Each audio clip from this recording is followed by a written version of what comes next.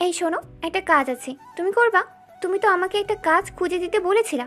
পেয়েছি, কিন্তু তুমি করবা কিনা জানি না। তবে পার্মানেন্ট না। কি এমন কাজ আপু?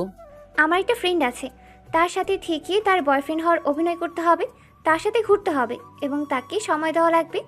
তাতে আমার লাভ কি? কাজ শেষে তোমাকে হিউজ পরিমাণ অ্যামাউন্ট দেওয়া হবে এবং অভিনয়কালীন যত খরচ হবে সে বহন করবে। তা করা যায়, কিন্তু আচ্ছা ঠিক আছে, আমি রাজি আছি। তবে এমন করার কারণ কি জানতে পারি? আহা, আধার ব্যাপারে জাহাজের খবর নিয়ে কি করবা? তোমাকে যেটুকু কাজ এবং টাকা দিলেই তো হয়ে যাবে, তাই না? তা এখনকার মনের মতো কথা বলেছেন। কবে থেকে এমন অভিনয় করতে হবে? আমি তোমাকে রাতে ফোন দিয়ে বলে দেব। ওকে ঠিক আছে, আমি তাহলে এখন বাসায় যাই। তানিশা আপু চলে গেল, আমিও বাসার দিকে চলে এলাম। আসেন পরিচয় হয়ে নিই। আমি আকাশ আহমেদ নীল। আপাতত এ পর্যন্ত জেনে রাখেন। রাতে এই শোন, একটা ছেলে পেয়েছি। ছেলেটা কিউট এবং সুন্দর আছে, কিন্তু একটা সমস্যা আছে। কি সমস্যা? তোর থেকে জুনিয়র হবে, আমার থেকে 2-2.5 বছরের ছোট হবে। মানে, তুই কি একটা কাজ দিলে ঠিকমতো করতে পারিস না? এই শোন, রেগে লাভ নেই। আমার পরিচিত তেমন কেউ নেই, আর 2-1 জন থাকলেও তাদের তোকে পছন্দ হবে না। হলে বল, না হলে তুই নিজেই খুঁজে নে। তুই পারিসটা কি? ছোট্ট একটা কাজ দিলাম, সেটাও পারলি না? তোর কি ছেলে বন্ধু কম আছে? তাদের বললেই তো পারিস। ওদের গার্লফ্রেন্ড আছে, ওরা কেউ রাজি হচ্ছে না। আরে দেখ না কাউকে। আমি পারবো না, যেটা বললাম হলে বল। আচ্ছা ঠিক আছে, আগামীকাল পার্কে দেখা করিস, আর ওই ছেলেকে নিয়ে আসিস। বাই। রাতে খাওয়া দাওয়া সেরে দিলাম ঘুম। ঘুম থেকে উঠে ফ্রেশ হয়ে নাস্তা করে বসে থাকলাম। বেশ কিছুক্ষণ পরে তানিশা আপুর ফোন পেয়ে পার্কের সামনে আসি। আসতেই ওনাকে দেখতে পেয়ে ওনার কাছে যেতেই দেখি একটা সুন্দরী রমণী, জিন্স টপস, চোখে সানগ্লাস দিয়ে রেখেছে। দেখেই বোঝা যাচ্ছে কোটিপতি ঘরের মেয়ে হবে। মেয়েটাও অনেক সুন্দরী আছে। কাছে গিয়ে বললাম, হাই আপু, কি অবস্থা, কেমন আছো? এই তো ভালো। তুমি কেমন আছো? আলহামদুলিল্লাহ ভালো। এটাই কি তোমার বান্ধবী? হুম। এখানে না দাঁড়িয়ে ভিতরে চলো। জি। হাই আপু, কেমন আছেন? আমার কথায় কোনো উত্তর দিল না। বাহ বাহ বাহ, এত অহংকারী। আমি আর কিছু বললাম না। তিনজনে টিকিট কেটে ভেতরে এলাম। এসে একটা জায়গায় বসি। তুই কথা বলে নি। আপু, আমার কিছু কথা আছে। না থাক, কিছু না, বলেন এবার। তোমার এইসব কিন্তু কিছু না, এগুলো একদম বিরক্তকর। যেটা বলবা সেটা বলতে পারো না, আর তুই এমন চুপচাপ না থেকে তাড়াতাড়ি উত্তর দে। ট্রেন ছুটে যাচ্ছে নাকি তোর? এত তাড়াহুড়ো কিসের এত? হ্যাঁ, আমার এত কাজ, আমি তাড়াহুড়ো করি না। আর তুই, কোনো কাজ আছে নাকি তোর? না, তেমন কিছু না। আচ্ছা, তাহলে চুপচাপ বসেই থাক। আপনার নাম কি? পড়াশোনা হয় না জব? আমার নাম আকাশ, পড়াশোনা চলছে ডিগ্রি সেকেন্ড ইয়ারে। ওকে। তানিশা হয়তো আপনাকে সব কিছুই বলেছে। বলেছে, কিন্তু কারণ বলেনি। কারণ বললে অভিনয় করা ভালোভাবে যেত। কারণ খুব একটা গুরুত্বপূর্ণ না, টাইম পাসের জন্য। মেয়েটার কথা শুনে বেশ অবাক হলাম। টাইম পাসের জন্য কেউ এমনভাবে ছেলে খোঁজে? বেশ অদ্ভুত বিষয় তো। আপনি দেখি অনেক আজব একটা মানুষ। টাইম পাসের জন্য এমনভাবে কেউ ছেলে খোঁজে? আমি অনেক আজব। আপনি বললে তো ছেলেরাই লাইন লাগিয়ে দিবে। তো এমনভাবে ছেলে খোঁজার বিষয়টা মাথায় আসে না। মনে হচ্ছে বিষয়টা অন্য কিছু। বাসা থেকে বিয়ের জন্য চাপ দিচ্ছে। আমার কথা কোনোভাবেই তারা শুনছে না। তাই আপনাকে বয়ফ্রেন্ড হওয়ার অভিনয় এবং আমার আব্বুর সাথে কথা বলতে হবে, আর বিয়েটা আটকে রাখতে হবে। আপনি আবারও মিথ্যা বলছেন। মেন কারণ এটা না, অন্য কোনো কারণ আছে। আমার বয়ফ্রেন্ড আছে, কিন্তু সে এখন বিয়ে করতে পারবে না। আমি বিয়েটা কোনোভাবেই আটকাতে রাখতে রাজি। মনে হচ্ছে আপনি আবারও মিথ্যা বলছেন। আপনারা যেহেতু বড়লোক, আপনার বয়ফ্রেন্ডও অবশ্যই বড়লোক হবে। বড়লোক হলে তো আপনার বাবার আপত্তি থাকার কথা নয়। এমনভাবে মিথ্যা না বলে সত্যিটা বলেন। সত্যিটা বললে আমার জন্য ভালো হবে। সত্যি বলতে, বয়ফ্রেন্ড না, একটা বর প্রয়োজন। মানে, এখন বিয়ে না করলে আমি আমার নামের সম্পত্তিটা আসলে আমার নামে করতে পারবো না। যেদিন বিয়ে করব সেদিন সম্পত্তির কাগজপত্র আমার হাতে আসবে। আমিও তো ভাবি এমন করার প্রয়োজন কি। জি, বুঝলাম তো। একটা বিয়ে করে নিলেই তো পারেন। এমন নাটক সাজানোর কি আছে?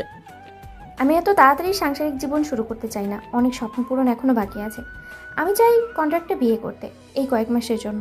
কয়েকজনকে বলেছিলাম, কিন্তু ওরা কথা এবং ব্যবহার পছন্দ হয়নি ওদের আমার। তুই আমাকে মিথ্যা বললি কি জন্য? তুই বললি বয়ফ্রেন্ড লাগবে, এখন এই কথা বলছিস? এমন জানলে এরে নিয়েই আসতাম না, বা বলতাম না। আপনার এমন প্রস্তাবে কে রাজি হবে? আমার কাজ শেষ হয়ে গেলে আপনাকে 3 লাখ টাকা দেবো, আর কিছু শর্ত থাকবে। যেমন? বিয়ে হবে সত্যি সত্যি, ঠিক আছে, তবে কাজ শেষ হওয়ার সাথে সাথে ডিভোর্স দিয়ে দেবো। আপনি আমার উপরে কোনো প্রকার স্ত্রীর অধিকার দেখাতে পারবেন না, আমাকে কখনো টাচ করতে পারবেন না। টাকার তো অনেক প্রয়োজন ছিল, আর জীবনও একটা দাগও লেগে যাবে। কি যে করব বুঝতে পারছি না। একটু চুপ থেকে বললাম, আপনার শর্তে রাজি আছি, তবে 5 লাখ লাগবে। এটা অনেক বেশি হয়ে গেল না? আপনার কাছে এটা কিছুই না জানি, হলে বলেন, না হলে আমার কিছু করার নেই। তবে আমার উপর যেন আইনে কোনো ঝামেলা না আসে। আর মোহর কি করবেন? মোহর নিয়ে আপনাকে ভাবা লাগবে না, মোহর হিসেবে শুধু 1 টাকা দিয়ে রাখবো।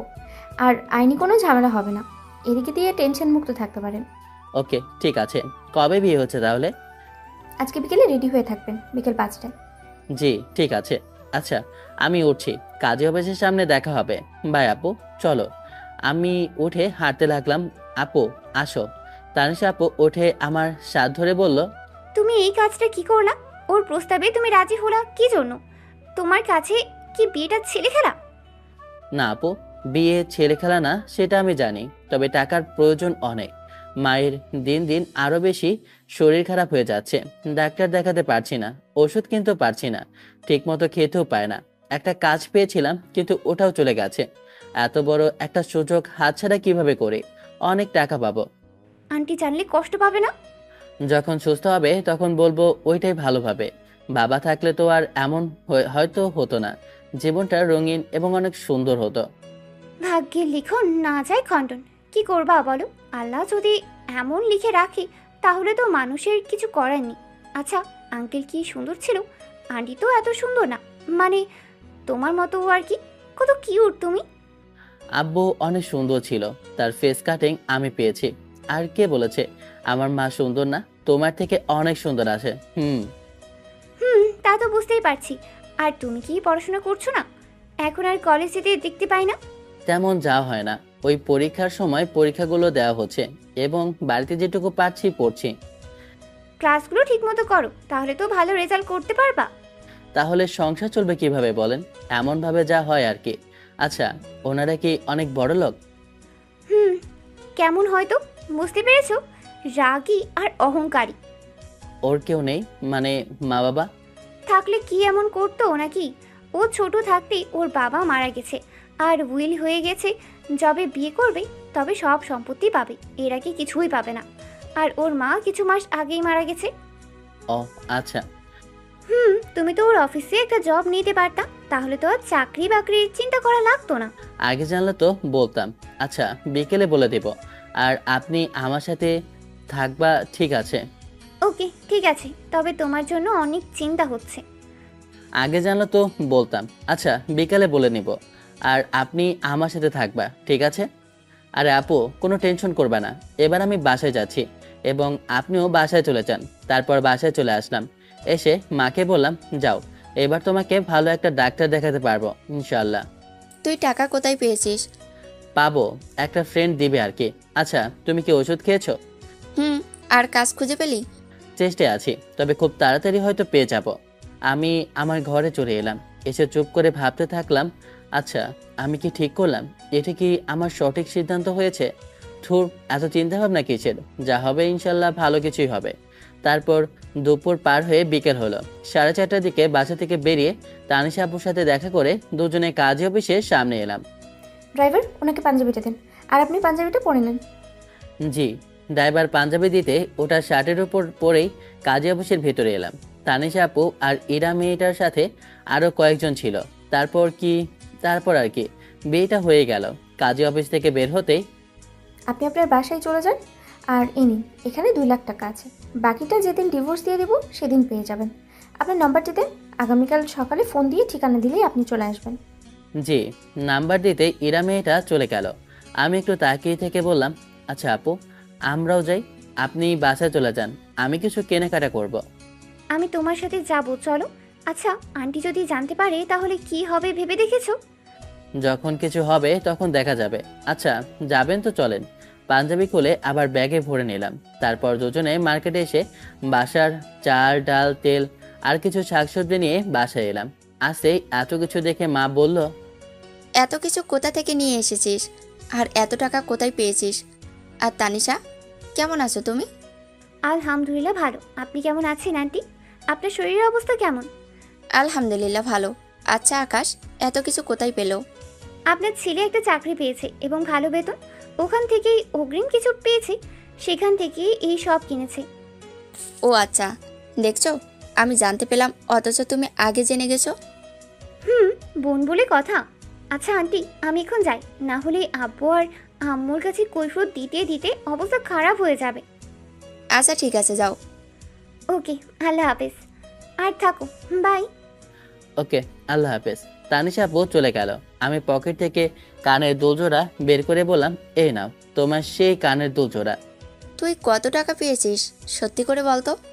তুই খারাপ কিছুর সাথে জড়িয়ে পড়িসনি তো? তুমি কি আমাকে সেই শিক্ষা দিয়েছো? আচ্ছা তুমি নাও, বাবার শেষ স্মৃতি ছিল। আমি আজকে অনেক খুশি তোমাকে আবার এটা ফিরিয়ে দিতে পেরে। মায়ের চোখে হয়তো খুশির বহিঃপ্রকাশ এটা। তোমাকে আমি এবার ভালো ডাক্তারের কাছে নিয়ে যেতে পারবো। তোর কথা শুনে কিন্তু আমার ভয় করছে। আরে বললাম তো, ভয় পাওয়ার কিছুই নেই। আচ্ছা এখন গিয়ে রান্না করো তো, আজকে পেট ভর্তি করে খাবো। মা রুমে গেল। আমি সবকিছু রান্নাঘরে রেখে এসে ঘরে এলাম। তারপর টাকাগুলো এক জায়গায় রেখে চুপ করে বসে থাকি। যেগুলো টাকা বেঁচে যাবে ওগুলো দিয়ে কোনো একটা বিজনেস করব। টাকাগুলো এমনি এমনি নষ্ট করব না। আল্লাহ হয়তো এবার কষ্ট দূর করবেন। আমার আত্মনাদ হয়তো এবার শুনেছেন। পরের দিন সকালে ঘুম থেকে উঠে ফ্রেশ হয়ে খেতে এলাম। খাওয়া শেষ করে এরা মেয়েটার ফোন। এবার ঠিকানা পেয়ে ওই ঠিকানা অনুযায়ী চলে এলাম। বিরাট একটা বাসা। ভেতরে যেতে যাব তখন গার্ড আটকে দিল। আমি ফোন দিলাম, কয়েকবার রিং হওয়ায় রিসিভ করলো। রিসিভ করতেই বললাম, আপনার বাসার গার্ড আমাকে ভিতরে যেতে দিচ্ছে না। ওয়েট, আমি লোক পাঠিয়ে দিচ্ছি। জি। এরা ফোন কেটে দিল। একটু অপেক্ষা করতেই একজন ভদ্রলোক এলো। গতকাল এই লোকই তো ছিল। আসসালামু আলাইকুম, কেমন আছেন? ওয়ালাইকুম আসসালাম। আলহামদুলিল্লাহ ভালো, আপনি? আর আজকের পর থেকে বাসার ভিতরে আসতে চাইলে আসতে দিবেন। আলহামদুলিল্লাহ ভালো। আর কোনো কথা হলো না। লোকটার সাথে ভিতরে এলাম। বাপরে বাপ, এটা বাড়ি না অন্য কিছু? বাসার ভিতরে আসতেই, আপনি বসেন এখানে, ম্যাম আসছে। জি। তারপর সোফায় বসলাম। একটু পরে ইরে এলো। নীলে একটা গ্রাউন্ড পরে আছে। দেখতে এত সুন্দর লাগছে যে চোখ ফেরাতেই পারছি না। তবুও নিজেকে সামনে নিয়ে মাথা নিচু করে থাকলাম। আসতেই বললাম, কেমন আছেন? আলগা পিরিতি দেখাতে আসবেন না, আমার এসব পছন্দ না।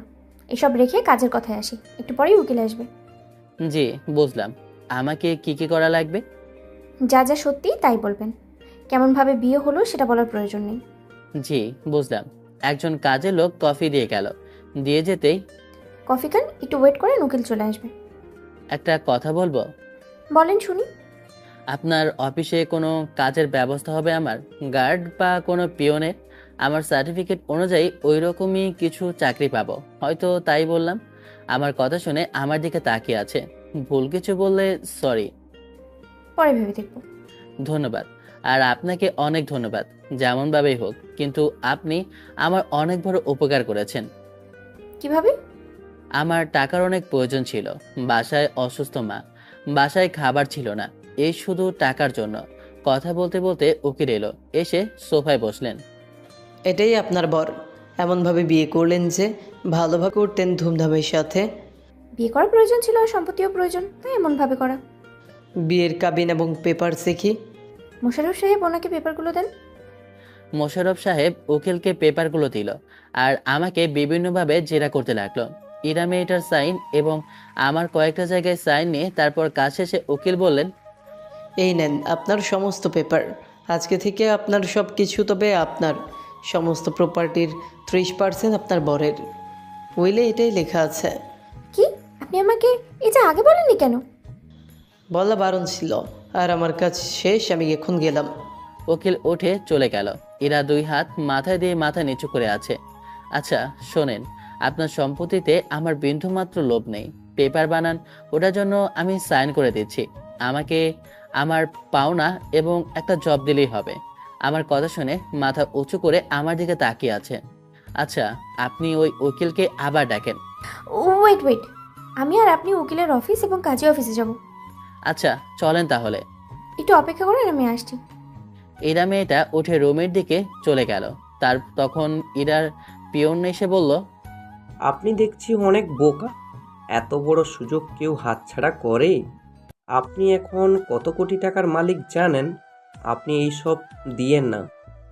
এটা ওনার সাথে অন্যায় করা হবে। যেটাই কন্ট্যাক্ট হয়েছে সেটাই হবে। আমি অল্পতেই খুশি। আমি আমার পাওনা বুঝে পেলেই হবে। আমার এইসব কিছু লাগবে না। আর আরেকটা কথা, যে জিনিসগুলো যেমনভাবে আসে সেভাবেই কোনো না কোনোভাবে চলে যায়। আর আপনি তো দেখছি আমার ম্যামের সাথে চিট করছেন। লোকটা আর কোনো কথা বলো না। একটু পর ইরা মেয়েটা এলো, এসে বলল, চলেন এবার যাওয়া যাক। জি চলেন। তারপর বাসা থেকে বেরিয়ে কাজী অফিসে এলাম। কাজী আমাদের দেখে তো বেশ অবাক। আগামীকাল বিয়ে হতে হতে আবার কি হলো? তেমন কিছুই না, ডিভোর্স দিয়ে দিব। বর্তমানে আপনাদের মতো ছেলে মেয়েদের কাছে বিয়ে একটা খেলনা হয়ে গেছে। যখন ইচ্ছে বিয়ে করছেন, আবার যখন ইচ্ছে ডিভোর্স। ইসলামী জ্ঞান তো নেই, সেটা বোঝাই যাচ্ছে। তো ডিভোর্স দেওয়ার কারণ কি? আমি কিছু বললাম না, চুপ করে থাকলাম। তেমন কারণ নেই। আপনাকে তো ভালো মনে করেছিলাম। আপনার বাবা একজন ভালো মানুষ ছিলেন, আর আপনি এমন। নিশ্চয়ই কোনো স্বার্থ হাসিলের জন্য বিয়ে করেছেন, বুঝতে পারছি। গতকাল ভাবলাম হয়তো ভালোবেসে এমনভাবে বিয়ে করছেন। তাতে আমার কি? আপনাদের লাইফ। আমি মৌখিক ডিভোর্স দিব না, লিখিত ডিভোর্স করাবো। আপনার কথা ঠিক বুঝলাম না। মানে খুব সহজ। আপনাদের 3 মাস সময় থাকবে। 3 মাস পর ডিভোর্স হবে। এখন পেপারে সাইন করবেন। 1 মাস পর পর একটা করে তালাক হবে। তৃতীয় তালাকের আগে যদি মনে হয় আপনারা একে অপরের সাথে থাকবেন, তাহলে আবার নতুন করে কালেমা পড়ে বিয়ে দেওয়া হবে। আর তৃতীয় তালাক হয়ে গেলে আর সম্ভব না। আমি পেপারগুলো রেডি করছি, আপনারা একটু বসেন।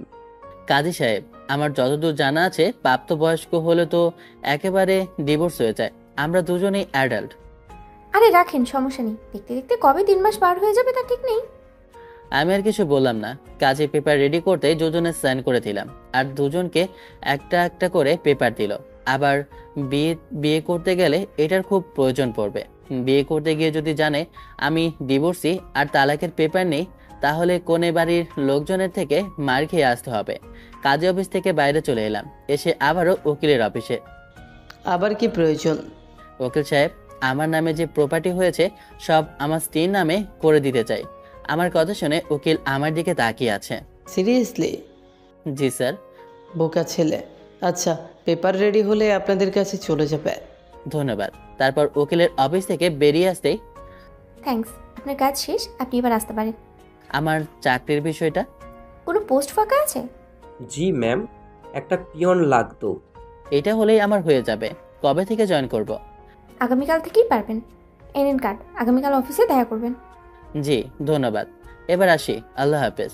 তারপর চলে এলাম। এসে একটা অটো নিয়ে বাসার উদ্দেশ্যে। এখন মাকে নিয়ে ডাক্তারের কাছে যাব।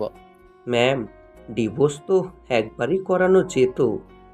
সেটার কিছু কিছু জিনিস আমার বেশ ভালো লেগেছে। আমি তো ভাবতাম আমার সব সম্পত্তি 30%ই চলে গেল। ছেলেটা বেশ সহজ সরল আর বোকা। এমন কি কেউ ছাড়ে? সেটাই তো ভাবছি মোশাররফ সাহেব। কিছু জিনিস উপলব্ধি করতে চাই, তাই কাজী সাহেবের কথায় হ্যাঁ মিলালাম। সেটা বড় কথা নয়, এখন চিন্তামুক্ত আমি। ড্রাইভার অফিসে চলেন তো। আমি বাসায় এসে মাকে উদ্দেশ্য করে বললাম, মা চলো ডাক্তারের কাছে যাই। আর আগামীকাল থেকে আমার অফিস যাওয়া শুরু। একটা বড় অফিসে পিয়নের কাজ পেয়েছি। আলহামদুলিল্লাহ, কিন্তু এত টাকা?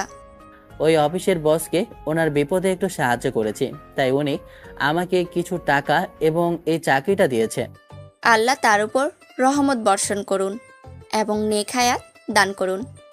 আচ্ছা ঠিক আছে, এখন চলো। তারপর মাকে নিয়ে হাসপাতালে এসে ডাক্তার দেখিয়ে পরীক্ষা নিরীক্ষা করে জানতে পারলাম মায়ের হার্টের সমস্যা। তবে ভয়ের কোনো কারণ নেই। প্রপার ট্রিটমেন্ট হলে ইনশাল্লাহ সেরে যাবেন। যাক বাবা, যেই ভয় পাচ্ছিলাম। তারপর মেডিসিন নিয়ে মাকে নিয়ে বাসায় চলে আসি। সন্ধ্যায় বাসা থেকে বের হলাম। দোকানের দিকে আসতেই মাসুদ আমার বন্ধুর সাথে দেখা। আসতেই, কি রে, তোকে গতকাল থেকেই দেখাই তো পাওয়া যাচ্ছে না, কারণ কি? থাক, মিথ্যা বলতে হবে না, কারণটা আমি জানি। না আসলে প্লিজ মাকে কিছু বলিস না। সময় হলে আমি মাকে বলে দিব। আচ্ছা বললাম না, কিন্তু সব কিছু খুলে বলতে কি হয়েছে? আচ্ছা ঠিক আছে বলছি। তারপর মাসুমকে সব কিছু বললাম। সব শুনে বলল, 5 লাখ টাকার জন্য এমনভাবে নিজেকে বিক্রি করে দিলি? টাকার প্রয়োজন ছিল অনেক, তাই এমন করা। মাসুমকে সম্পত্তি পাওয়ার বিষয়ে কিছু বললাম না। আমি জানি আমাকে কি পরামর্শ দিতে পারে, তাই কিছু বললাম না। রাতে বাসায় চলে আসলাম। এসে খাওয়া দাওয়া সেরে রুমে এসে দিলাম ঘুম। সকালে উঠে খাবার খেয়ে আজকে থেকে তোর কাজ শুরু। আচ্ছা আমি গেলাম, আর মেডিসিন ঠিক মতো খেয়ে নেবা। তারপর বাসা থেকে বেরিয়ে বেশ অনেকক্ষণ পরে চলে আসি অফিসের সামনে। এসে ভেতরে আসতে, জি চলেন, কেমন আছেন? আরে আপনি আছেন আমার সাথে? আলহামদুলিল্লাহ ভালো। আপনি কেমন আছেন? আলহামদুলিল্লাহ ভালো। তারপর মোশাররফ সাহেবের সাথে ম্যামের কেবিনে এলাম। আসসালামু আলাইকুম ম্যাম। আমার কথা শুনে আমার দিকে তাকিয়ে আছে। ম্যাম কোনো সমস্যা? না, সমস্যা নেই। ওয়ালাইকুম আসসালাম। আর শোনেন, আলগা পিরিয়ডে দেখাতে আসবেন না। আর আমার অফিসে যেন কেউ না জানে আমাদের বিয়ের বিষয়। কি যে বলেন না ম্যাম, ওগুলো বলে আমার লাভ কোথায়? আচ্ছা আপনি কি কাগজপত্রগুলো পেয়েছেন? না, তবে আজকের মধ্যেই পেয়ে যাব। মোশাররফ সাহেব আর যে পিয়নগুলোর আছে তাদের সাথে পরিচয় করিয়ে দেন এবং তাদেরকে কাজগুলো বুঝিয়ে দিতে বলেন। ওকে ম্যাম, আসেন আমার সাথে। জি। তারপর মোশাররফ সাহেবের সাথে এসে পিয়নগুলোর সাথে পরিচয় করে দিল। সেদিনের পর থেকে আজকে আমার অফিসের 20 দিন হলো। এর ভিতরে অনেকের সাথে পরিচিত হয়েছি এবং অনেকের কাছে খারাপ, বিশেষ করে মেয়েদের কাছে বেশ পাবলিসিটি পেয়েছি এবং কয়েকটা বড় ভাইয়ের কাছে বিরক্তির কারণ হয়ে গেছে। মনে হচ্ছে আমার মেয়েদের সাথে এমনভাবে মেলামেশা বা ফ্রি হয়ে কথা বলা তাদের পছন্দ হয় না। তাতে আমার কি? এর ভিতরে প্রপার্টির পেপারগুলোতে সাইন করে তার নামে করে দিয়েছি। এই পিচ্চি, এদিকে শোনো। জি বলেন আপু। এই ফাইলগুলো 20 নাম্বার ডেস্কে দিয়ে এসো, আর 1 কাপ কফি নিয়ে এসো। Okay madam. তারপর ফাইলগুলো নিয়ে 20 নাম্বার ডেস্কে দিয়ে কফি ফারিয়া আপুকে দিলাম। মনে হচ্ছে এই অফিসে সবার ছোট আমি। আচ্ছা, তুমি এত কিউট কেন? আচ্ছা, তোমার বড় ভাই আছে? না আপু, আমি একমাত্র। না বড় ভাই না বোন আছে, আর না কোনো ছোট ভাই বোন আছে। ইস, তোমার বড় ভাই থাকলে অবশ্যই তোমাকে দেবর বানিয়ে নিতাম, কিন্তু আফসোস কেউ নেই। আফসোস করিয়েন না, অবশ্য আপনার ভাগ্য ভালো এবং হ্যান্ডসাম কিউট একটা বর জুটবে। তাই? আচ্ছা, আজকে দুপুরের লাঞ্চ আমার পক্ষ থেকে। কোন খুশিতে? ম্যাম আসছে, তুমি যাও এখন, না হলে কথা শোনা লাগবে। জি ঠিক আছে। তারপর এসে কাজ করতে থাকি। দুপুরে লাঞ্চের সময়। তুমি পড়াশোনা বাদ দিয়ে এই বয়সে চাকরি করছো কেন? আর চাকরি পেলেই বা কিভাবে? আসলে আপু আমার বাবা নেই। বাবা না থাকায় এই কাজ খোঁজা, আর চাকরিটা পেয়েছি। ম্যাম হলেন আপুর বান্ধবী। তখন যে বললে তোমার কোনো ভাই বোন নেই। আপন বোন তো না, উনি আমাদের পাড়ায় থাকে। বলা চলে উনি আমার আপন বোনের মতোই। ওনার সুবাদে এই জবটা পাওয়া। ওই আপুর বান্ধবী হচ্ছেন ম্যাম। আর সব যেমনভাবে চাকরি পেয়েছে সেভাবে আমার হয়নি। না কোনো সিভি জমা দিতে হয়েছে, না কোনো কাগজপত্র। ম্যাম বলে দিয়েছে কাজ করতে, এই আর কি। আচ্ছা, কি খাবা? ভাত সবজি, আর কি খাওয়াবেন আপনি জানেন। আচ্ছা ঠিক আছে, ভাত সবজি আর খাসির মাংস নিয়ে আসেন। ফারিয়া আপু অর্ডার দিলেন। তারপর টুকটাক কথা বলতে বলতে খাবার এলো। খেতে খেতে বললাম, আপনাদের সাথে কথা বলে কিছু কিছু ভাইয়া জ্বলে পুড়ে ছারখার হয়ে যাচ্ছে। কেন? এই যে আমি আপনাদের সাথে কত সহজে মিশে যাচ্ছি, কথা বলছি, এটা ওনারা সহ্য করতে পারছে না। আচ্ছা আপনারা তো আমার আপু হন, এমনকি এই অফিসের সবাই আমার সিনিয়র, বড় ভাই বোন। ছোট ভাই হয়ে বড় বোনদের সাথে কথা বলতেই পারি। এখানে ওনাদের সমস্যা কোথায়? বাদ দাও, ওদের কথায় কান দেওয়ার প্রয়োজন নেই। ওইসবকে কে বোঝাবে? তুমি আমাদের ছোট ভাই। জি। তবে তোমার বড় ভাই থাকলে অবশ্যই তোমাকে দেবর বানিয়ে নিতাম। অবশ্য তোমার ভাই থাকলে তোমার মতোই হতো। আচ্ছা বলো, প্রেম কয়টা করছো? আমি কি আসতে পারি এখানে? আরে আসেন আসেন, আজকে আপনার অনেক দেরি হলো যে। অনেক কাজ ছিল জনাব। তোমাদের দেখি খাওয়া শেষ? আসেন, না খেলেও বসেন। আমি কিন্তু খাওয়াতে পারবো না, এখনো কোনো বেতন পাইনি। আচ্ছা আমি বিল দিব পিচ্চি। এই যে ওয়েটার, খাবার নিয়ে আসেন। আচ্ছা বলো, সবার কি অবস্থা? এই তো ভালো, তোমার কি অবস্থা? আলহামদুলিল্লাহ ভালো। এই পিচ্চি, বলো বলো, রিলেশন কয়টা করছো? একজন ছিল, টাকা আলো কাকু দেখে চলে গেছে। কষ্ট হয়নি? কষ্ট লাগলেও কি করার বলেন, সে সুখে থাকলেই খুশি। আহা, তোমাকে ছেড়ে চলে গেল আর তুমি খুশি নিয়ে পড়ে আছো? সে আমাকে ভালোবাসেনি ঠিক আছে, আমি তো তাকে সবটুকু দিয়েই ভালোবেসেছিলাম। আমি তো ওর খারাপ চাইতে পারি না। মেয়েটা কপাল পোড়া। আচ্ছা, রিলেশন করো না?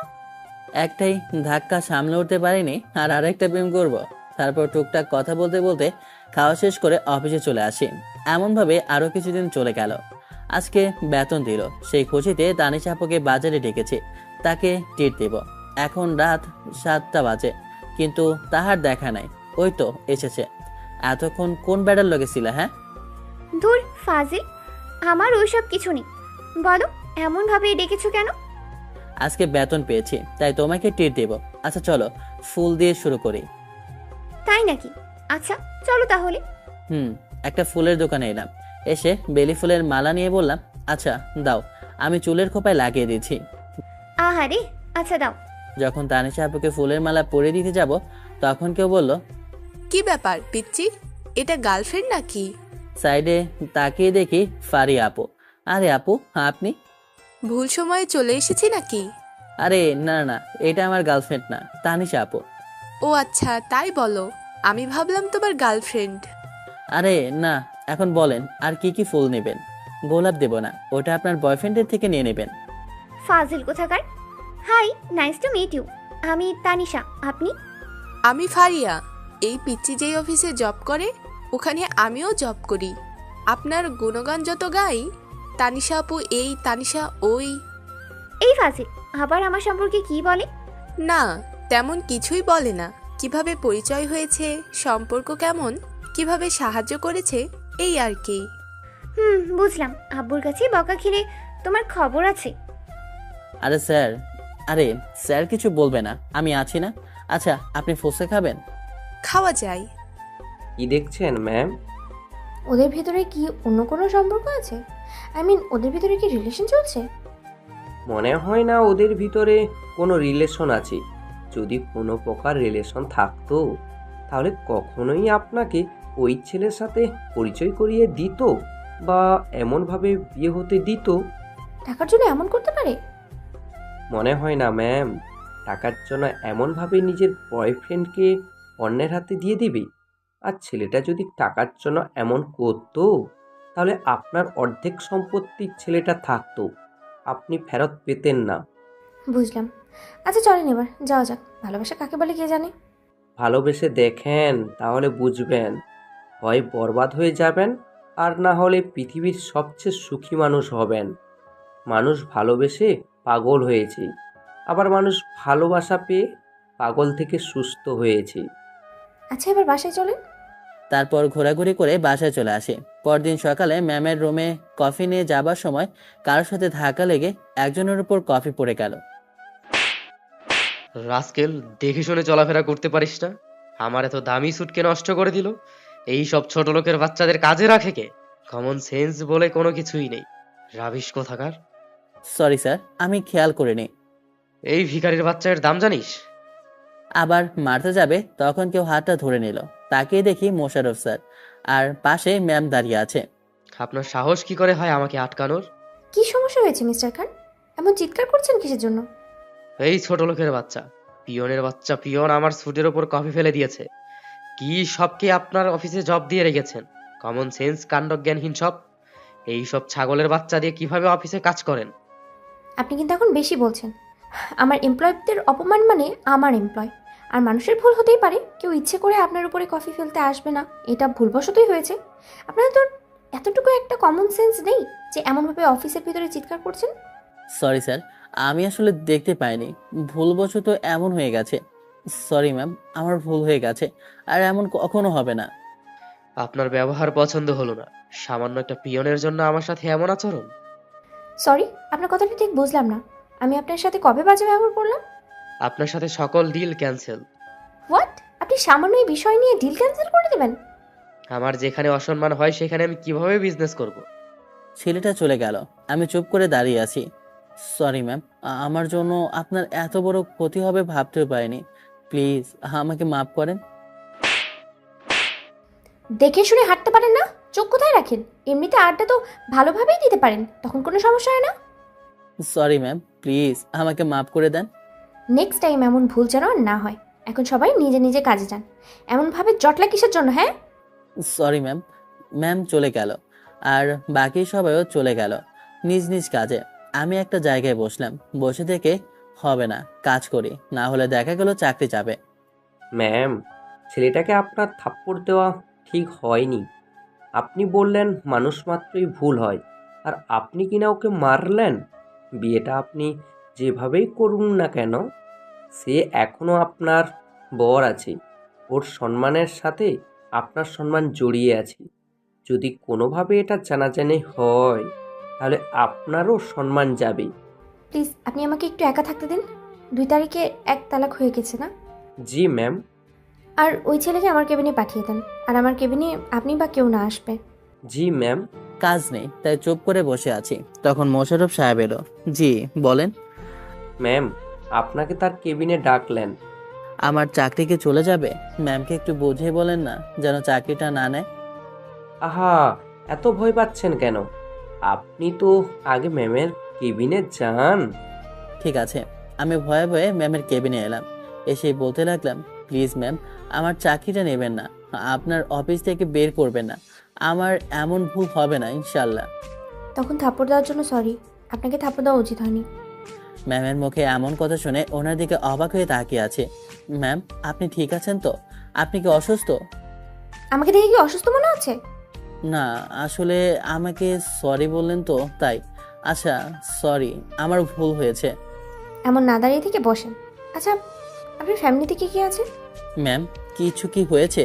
কোনো প্রয়োজন হলে আমাকে সরাসরি বলেন। যতটুকু সাহায্য করার আমি ততটুকুই করব। আমাকে দেখে কি আপনার এইসবই মনে হয়? লোভী, সুযোগ সন্ধানী? ম্যামের কথা শুনে চুপ করে আছি।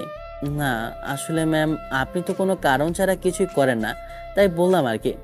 না, এখন কোনো কারণে বলছি না। আপনার ফ্যামিলিতে কে কে আছে বলেন? আমি আর আমার মা। বাবা আমার বয়স যখন 10 বছর ছিল তখন মারা যায়। আপনার তো কেউ নেই তাই না? হুম, আপনি আর আপনার আম্মু আমার সাথে আমার বাসায় থাকবেন। আপনার কথা ঠিক বুঝলাম না, কি কারণে থাকবো আপনার বাসায়? আমার কিছু জিনিস উপলব্ধি করার আছে। আমি জিনিসগুলো ফিল করতে চাই। আপনি বলতে পারবো না, তুমি করেই বলি। তা বুঝলাম, কিন্তু কি পরিচয় থাকবো? আর আমার মাকে কি উত্তর দেব? আর একটা তালাক হয়ে গেছে, আর 2টা বাকি আছে। আবারও বিয়ে করব। ম্যামের কথা শুনে বেশ অবাক হলাম। মতলব ছাড়া কোনো কিছু করার পাত্রী উনি না। ম্যাম, কোনো সমস্যা থাকলে বলতে পারেন। তখন মিথ্যে বলেছিলাম দেখে বুঝে নিয়েছিলেন আমি মিথ্যে বলেছি, আর এখন সত্যি বলছি দেখে মিথ্যে মনে হচ্ছে? আর এখানে কোনো অভিনয় বা ছলনা নেই, আমি সিরিয়াস। আপনি যে শর্ত দিয়েছিলেন ওগুলো কি ভুলে গেছেন? আর আপনি তো বলেছিলেন আপনি এখন সাংসারিক জীবন শুরু করবেন না, আপনার এখনো অনেক স্বপ্ন পূরণ বাকি আছে। হ্যাঁ বলেছিলাম, কিন্তু এখন আমি আমার কথা ফিরিয়ে নিচ্ছি। ওই স্বপ্নগুলো পূরণ বিয়ের পরেও করা সম্ভব, কিন্তু আমি অনেক কিছুই মিস করেছি এবং মিস করছি, যা ভবিষ্যতে আর করতে চাই না। কিছু কিছু জিনিস আমি ফিল করতে পারছি, যা এর আগে করিনি। আপনার কথা বুঝলাম, কিন্তু ম্যাম আমি তো আপনার সাথে থাকতে পারবো না। আমাকে মাফ করবেন। আপনি বলেছিলেন যে কাজ শেষে ডিভোর্স দিয়ে দিবেন, তাই রাজি হয়ে গিয়েছিলাম, না হলে কখনোই রাজি হতাম না। আমার ভিতরে কমতি কিসের? আপনি সব দিক থেকে পারফেক্ট আছেন, কিন্তু আমি আপনার যোগ্য না, আমি পারফেক্ট না। কেন না? হতে কতক্ষণ? একটা প্রবাদ আছে জানেন তো, স্বভাব যায় না মলে, কয়লা যায় না ধুলে। আমি যতই নিজেকে পরিবর্তন করতে চাই পারবো না, আমাদের দ্বারা সম্ভব নয়। মানুষের দ্বারা সবকিছু সম্ভব, আমি তোমাকে সেইভাবে বানিয়ে দেব। হয়ে গেলে আপনার কাছে খোঁচা খেতে খেতে জীবন যাবে। মানুষের এটা ধর্ম, খোঁচা দিয়ে কথা বলা। যখন খোঁচা দিবেন তখন ওগুলো বুকের ভিতর তীরের মতো গিয়ে লাগবে। আমি এমনিই ঠিক আছি ম্যাম, সাধারণ সিম্পল, কোনো অহংকার নেই, কোনো অ্যাটিটিউড নেই। ডিভোর্সটা হয়ে যাক, তখন আপনি ভালো কাউকে দেখে বিয়ে করে নেবেন। আমি পারবো না ম্যাম, দুঃখিত। তেমন কোনো সমস্যা হবে না, আমি কোনো খোঁটা দেব না। আমি তোমাকে কোনো রকমভাবেই ছোট হতে দেব না। ম্যাম, নিজের জীবকে বিশ্বাস নেই, আর আপনাকে আমি কিভাবে বিশ্বাস করব বলেন? আমাকে আপনার কি এতটাই খারাপ মনে হয়? তুমি আমার উপরে বিশ্বাস রাখতে পারো, তোমার বিশ্বাস ক্ষুণ্ণ হতে দেব না। ম্যাম, আপনি আপনার টাইপের অনেক ছেলে পাবেন, এমনকি অনেক ভালো ছেলেও পাবেন। আমাদের ভিতরে যে চুক্তি হয়েছিল সেটাই হবে। আমি যে কয়েকটা খোঁজ নিয়ে দেখেছি সেখানে সব কয়টাই রবি পেয়েছি। সত্যি বলতে তোমার মতো আর কাউকে পাইনি। তুমি এত সম্পদ হাতে পেয়েও এত সহজেই দিয়ে দিলা। আমি বিষয়টা বুঝতে পারছি ম্যাম, চিন্তা করবেন না, আপনি আমার থেকে ভালো কাউকে পাবেন, আল্লাহর ওপর ভরসা রাখেন। আমি পেয়েছি, আর এখন আমি হাতছাড়া করতে চাইছি না। তুমি তোমার আম্মুকে বলো এবার ভালোভাবেই বিয়ে করব। আর তুমি বলতে না পারলে আমি সব কিছু আম্মুকে বলবো। আপনার কথা কেন যেন বিশ্বাস করতে পারছি না। আপনার এমন কথা শুনলে মনে হয় আপনার প্রতি কথার পেছনে কোনো না কোনো উদ্দেশ্য লুকিয়ে আছে। আমার মনে হয় না আপনি কাউকে ভালোবাসতে পারেন। কেন পারবো না? আমার কি মন নেই? আল্লাহ কি আমাকে হৃদয় ছাড়া পৃথিবীতে পাঠিয়েছে? আমি এত কথা বলতে পারবো না, আমি আর কিছু বলতে চাই না। আপনি খুঁজতে থাকেন, ইনশাল্লাহ ভালো কাউকে পেয়েও যাবেন। এতক্ষণ থেকে ভালোভাবে কথা বলছি দেখে কি খুব সাহস দেখানো হচ্ছে, তাই না? বিষয়টা তেমন না, আপনাকে আমার পছন্দ নয়। আমি শুনেছি আপনার অনেক ছেলে ফ্রেন্ড আছে। আমি সব থেকে ঘৃণা করি যেসব মেয়েদের ছেলে ফ্রেন্ড এবং ছেলেদের মেয়ে ফ্রেন্ড আছে। আর আপনার পোশাক আমার পছন্দ নয়, মাফ করবেন ম্যাম। আমি আপনার প্রস্তাবে রাজি হতে পারছি না। যেখানেই যে জিনিস মানানসই সেই জিনিস সেখানেই রাখতে হবে। আহা, আমি সেটাই করতে চাচ্ছি। যেখানে যেই জিনিস মানানসই সেখানে সেটাই রাখি। ম্যাম, আপনি ভালো কিছু ডিজার্ভ করেন। আপনার প্রয়োজন ছিল এবং আপনি ওই রকম শর্ত দিয়েছিলেন, তাই আমি রাজি হয়েছিলাম। এবং আমার টাকার প্রয়োজন ছিল, তাই আরও রাজি হওয়া, না হলে হতাম না। আর এমন কিছু হবে ভাবতেও পারিনি। আমি ভাবলাম হয়তো আপনি ডিভোর্স দেওয়ার জন্য উঠে পড়ে লাগবেন, কিন্তু বিষয়টি একদম আলাদা হয়ে গেল। ম্যাম, বিষয়টা এখানে স্থগিত করলেই ভালো হবে। এই, তুই এত কথা বলিস কিসের জন্য? তখন থেকে এত বকবক করেই যাচ্ছিস যে মেজাজটা খারাপ করে দিয়েছিস। বলছি না তোকে, তোকে আমার চাই, আমি তোকে ভালোবাসি। দেখলাম রাগে ফুঁসছে আর গালগুলো লাল হয়ে গেছে। এগুলো সব মিথ্যা, আপনার কথা আমি কখনোই বিশ্বাস করছি না। এই, আমি তোর বিশ্বাস কখন ভেঙেছি রে? তোর সাথে আমি যেই ডিল করেছি সেটা মাফিক কাজ হয়েছে। এমন না যে তোকে ধোকা দিয়েছি। তোর সাথে কথা বলেই তো সব কিছু হয়েছে। আপনি অনেক অহংকারী, আমি আর কিছু বলতে চাই না। আমি এখন গেলাম, বাই। তুই যদি উঠে গেছিস তাহলে তোর কি যে করবো আমি নিজেও জানি না। কিছু না বলে উঠে চলে এলাম। বাইরে এসে একবারে অফিস থেকে বাইরে এসে চুপ করে একটা জায়গায় বসলাম। আমি ওনাকে বিশ্বাস করতে পারছি না। ওনার সাথে কখনো আমার মিলবে না। সবসময় দুজনের মধ্যে অমত থাকবে সব কিছু নিয়ে। ওনার চাওয়া পাওয়া এক, আর আমার চাওয়া পাওয়া আরেক। ম্যাম, কি হয়েছে আপনার? কান্না করছেন কেন? আপনার হাত থেকে তো রক্ত পড়ছে। আমি এখনই ফার্স্ট এড বক্স নিয়ে আসছি। এত উত্তেজিত হওয়ার কিছু নেই, রক্ত ঝরতে দেন, আর আমি ঠিকই আছি। বেশি রক্ত পড়লে আপনি অনেক অসুস্থ হয়ে যাবেন। ওর সাথে কি এমন করলাম যে আমাকে বিশ্বাস করছে না? আমি যাই বলছি ভাবছি সব কিছুর পিছনে নাকি আমার কোনো উদ্দেশ্য আছে। হয়তো আপনাকে তার পছন্দ না, বা আপনার কোনো কাজ পছন্দ না। সৌন্দর্যের পিছনে অনেক কিছু থাকে ম্যাম। সৌন্দর্য দিয়ে যদি পুরুষ আটকানো যেত, তাহলে বাসায় সুন্দরী সুন্দরী বউ রেখে পতিতালয় এবং পরকীয়া করতো না। তবে কিছু মানুষ আছে যাদের চরিত্র কখনো ঠিক হবে না। বাসায় যত ভালো বউ থাকুক, নেকড়ি কুত্তার মতো অন্য মেয়ের পিছনেই ছুটবে। আচ্ছা দেন, আমি ব্যান্ডেজ করছি, তারপর ওটা দেখিয়ে কি করা যায়। আপনি কি তাকে সত্যিই ভালোবাসেন? আপনার কি মনে হচ্ছে? কারোর মনের কথা আমি কিভাবে বলবো? আচ্ছা, সত্যি ভালোবেসে থাকলে আমি বুঝিয়ে বলতে পারি, অথবা আপনার বান্ধবীকে বলে তাকে বোঝাতে বলতে পারেন।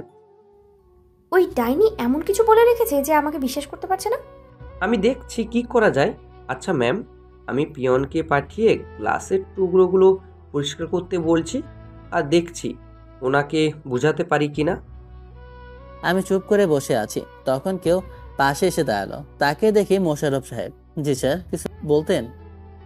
বলার জন্য তো আসা। আমি আপনার বাবার বয়সী হব। বলতে সংকোচ বোধ হচ্ছে, কিন্তু তাও বলছি। ম্যামের সমস্যাগুলো দূর করা বা তাকে বিভিন্ন কাজে সাহায্য করা আমার ডিউটি। দেখেন, আপনি ম্যামকে যতটা খারাপ ভাবছেন ততটা খারাপ উনি না। ওনার আম্মু মারা যাওয়ার পর থেকে ওনার সাথে থেকে কাজ করে এসেছি। মেয়ে হিসেবে খুব খারাপ না। মানছি কিছুটা অহংকারী। টাকা পয়সা থাকলে এমন সবাই একটু একটু হয়ে থাকে। তবে আপনার সাথে এবার কোনো উদ্দেশ্যে বিয়ে করতে বলছে না, আপনাকে সত্যি ভালোবাসে। যেদিন আপনারা ডিভোর্স পেপারে সাইন করেন সেদিন থেকেই আপনার সম্পর্কে আমাকে জিজ্ঞেস করে আপনি মানুষটা কেমন জানতে চায়। তার জন্য তো ডিভোর্সটা এমনভাবে করতে চাইলেন উনি, না হলে উনিও ভালো করে জানেন যে একবারে ডিভোর্সটা হয়ে যেত। উনি আপনাকে বুঝতে চাইছিলেন, তাই উনি এতগুলো দিন সময় নিয়েছেন। আপনি যখন সেই দিন ম্যামের বান্ধবীর মাথায় ফুল বেঁধে দিয়েছিলেন, তখন অনেকক্ষণ দাঁড়িয়ে দাঁড়িয়ে আপনাদের দেখছিল। সেই দিন কি গতকাল রাতেই তো। দেখেন, সমস্যা সবার জীবনে থাকে, মতের অমিল থাকে, এইগুলো সরিয়ে এগিয়ে যেতে পারলেই জীবন সুন্দর। আমাকে আপনি এখন কি বলতে চাইছেন? উনি সুন্দরী হতে পারে এবং টাকা পয়সা থাকতে পারে, কিন্তু এমন মেয়ে আমার পছন্দ না। আমার বউ হিসেবে চাই গৃহিণী, কোনো চাকরিজীবী বা কোনো বিজনেসম্যানকে না। আমার পছন্দ হবে বাসায় থেকে আমার মাকে সাহায্য করবে, আমি বাসায় থাকলে আমার খেদমত করবে, বা কাজ শেষে ক্লান্ত হয়ে যখন বাসায় ফিরবো তখন আমার খেদমত করবে। আমি জানি উনি এগুলো কখনোই পারবে না, তাই আমি দূরে দূরে থাকছি। আমি স্মার্ট কোনো ছেলে না, আর হতেও চাই না। আমি খ্যাত, আমার চিন্তা ভাবনাও খ্যাত, আর খ্যাতি ভালো। যেগুলো আমার পার্সোনাল সেগুলো আমার পার্সোনালি থাকবে। আপনি আপনার ম্যামকে ভালোভাবে বুঝিয়ে বলে দেবেন ওনার জন্য স্মার্ট পাত্র চাই, আমার মতো এত নিচু চিন্তাধারা ছেলে না। আপনার কথা বুঝতে পারছি। এমন মেয়ে শুধু আপনার না, প্রায় সকল ছেলেদের পছন্দ। কিন্তু কজন পায় বলেন? যেগুলো পায় সেইগুলোকে নিয়ে জীবন কাটাতে হয়। আচ্ছা, আমি বুঝলাম আপনার কথা। আপনার ম্যামকে বুঝিয়ে বলে দেবেন, তাহলেই হয়ে যাবে। আর এতদিন থেকে তার অহংকারের জন্য মনের ভিতর তার প্রতি আলাদা একটা ঘৃণা তৈরি হয়েছে। আচ্ছা, সেসব কথা ওনাকে বুঝিয়ে বলে দেবেন। মোশাররফ সাহেব উঠে চলে গেলেন। আমি কিছুক্ষণ বসে থেকে অফিসের ভিতরে চলে এলাম। লাঞ্চের সময় চুপচাপ খাচ্ছি, তখন কেউ পাশে এসে দাঁড়িয়েছে। দেখি নীলিমা আপু। আপনি দাঁড়িয়ে কেন? বসুন। চাকরি আছে না গেছে? আর মনে হচ্ছিল ম্যামের কেবিনে অনেকক্ষণ ছিলাম, তারপর ম্যামের কেবিন থেকে বাইরে চলে গেছিল, ওখানে অনেকক্ষণ থেকে তারপর অফিসে। কারণটা কি? কারণটা খুব সোজা, অনেক কথা শুনিয়েছে, তাই মন খারাপ করে বাইরে বসেছিলাম। এত বড় একটা ডিল নষ্ট হয়ে গেছে, আমাকে কি এত সহজে ছেড়ে দিবে ভেবেছেন? তাও একটা কথা। জি। লাঞ্চ কি শেষ, না মাত্র এলেন? না, আসলাম। ম্যাম হঠাৎ করেই এই রেস্টুরেন্টে, এখন পর্যন্ত আমরা ছাড়া তো উনি এখানে কখনো আসেননি। এই মেয়ের মাথা গেছে। শালার আগে যদি জানতাম তাহলে এমন প্রস্তাবে রাজি হতাম না। জানবো বা বুঝবোই বা কিভাবে? আগে যে অ্যাটিটিউড দেখালো, মনে হচ্ছে আমাকে পাত্তাই দেবে না, আমার সাথে প্রয়োজন ছাড়া কথাই বলবে না, কিন্তু এখন দেখি পুরো উল্টো। মিস, আপনার নাম কি জানো? জি ম্যাম, আমি নীলিমা। মিস নীলিমা, আপনি এখন যান। দূর, এ কি করতে যাচ্ছে? নীলিমা আপু চলে গেল, যেতেই বলল, মেয়েদের সাথে চিপকে থাকতে খুব ভালো লাগে, তাই তো? যখন দেখি মেয়ের সাথেই পাশে বসে আছো। আমি মেয়েদের পাশে যাই না, ওনারাই আসে। কত কিউট আমি, এমন কিউট একটা ছেলের সাথে কে না কথা বলতে চায় বলেন? তাই না? এগুলো পরে দেখছি আমি। সেসব বাদ দিয়ে আজকে দিয়ে আপনি আম্মুর সাথে কথা বলবেন। অবাক হওয়ার কিছু নেই, আমি যেটা বলছি সেটাই করবেন, আর না হলে আমি গিয়ে আম্মুর সাথে কথা বলবো। আচ্ছা ম্যাম, আপনি কি মদ বা ড্রিঙ্কস করেন বা নেশা জাতীয় দ্রব্য খেয়ে থাকেন? না শোনা, আমি ওগুলো কিচ্ছুই খাই না। তবে একবার ড্রিঙ্কস খাওয়া হয়েছে, একবার না কয়েকবারই হয়েছে, আর এখন আমি তোমার নেশায় আসক্ত। খাবার খাওয়া বাদ দিয়ে ম্যামের দিকে তাকিয়ে আছি। হঠাৎ এত প্রেম কোথা থেকে আসলো? না, আমাকে তার কাজের জন্য ব্যবহার করবে। যদি কোনো কাজের জন্য হতো তাহলে তো সরাসরি বলতে পারে, যেমন বিয়ের ডিলটা করেছিল। এত কি ভাবো? তেমন কিছুই না, আপনি আমার বাকি টাকাগুলো দিয়ে দেন। মাত্র 3 লাখ টাকা তুমি চাইলে আমার সমস্ত কিছু তোমাকে আমি দিয়েই দিতে পারি, বুঝছো? আমি যদি আপনার সব কিছু নিয়ে তাড়িয়ে দিই? এতটুকু বিশ্বাস আছে যে তুমি সেরকম কিছু করবে না। তোমার মনে যদি এইরকম কিছু থাকতো তাহলে এত কিছু পাবার পর ফেরত দিতা না। আর তুমি আমার পিএসকে সেদিন কি বলেছো সেটাও ওনার থেকে শুনেছি। আমি তোমার সততা দেখেই ফিদা। আমি এত কিছু বুঝি না, তুমি যদি না বলো আম্মুকে আমি সব কিছু বলবো। ম্যাম উঠে চলে গেল। আমি বেশি কিছু না ভেবে খাওয়া শেষ করে চলে আসি অফিসে। কি যে একটা ঝামেলায় পড়লাম। অফিস শেষ করে সন্ধ্যায় বাড়িতে চলে এলাম। এসে ফ্রেশ হয়ে মাকে উদ্দেশ্য করে বললাম, মা, তোমাকে কিছু বলার আছে। কি বলবি বল। তোমাকে অনেক বড় একটা মিথ্যা কথা বলেছি, আমাকে মাফ করে দাও। কি হয়েছে বলবি তো, না বলে এইসব বলে যাচ্ছে। মাকে সবকিছু বললাম।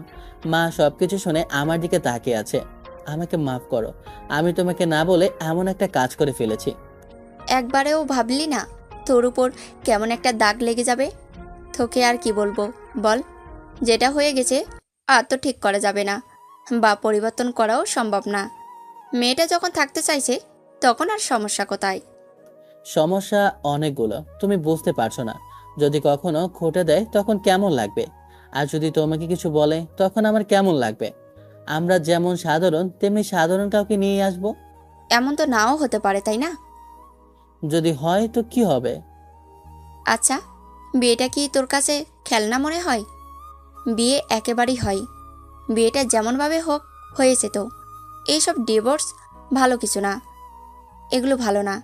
মেয়েটা যখন বলেছে তখন তোর সমস্যা কোথায়? আচ্ছা ঠিক আছে, তুমি যখন বলছো তখন না হয় বলবো। জানি তুমি কষ্ট পেয়েছো, তার জন্য সরি। আচ্ছা ঠিক আছে, আমি কিছু মনে করিনি। তোর মন খারাপ করতে হবে না। মায়ের সাথে কথা বলতে লাগলাম। এক সময় বলল, মেয়েটার নাম্বার আছে না? বৌমার নাম্বার আছে না? ফোন দে, আমি কথা বলবো। মায়ের দিকে একটু তাকিয়ে থেকে বললাম, না নেই, কখনো ফোন দেয়নি। একবার ফোন দিয়েছিল, কিন্তু ফোন নাম্বারটা ভুলে গেছি। আচ্ছা ঠিক আছে, আগামীকাল নাম্বার নিয়ে আসবি, তারপর কথা বলবো না হয়। ঘরে এসে ভাবতে লাগলাম, আগামীকাল তো শুক্রবার, ছুটি আছে, তানিশা আপুর সাথে দেখা করি। ফোন দিই, তারপর আপুকে ফোন দিয়ে বললাম যেন দেখা করে। ফোন রেখে মাকে বলে বাইরে চলে আসি। এসে মাসুমের সাথে আড্ডা দিয়ে রাতে এলাম। তারপর খাবার খাওয়া শেষ করে দিলাম ঘুম।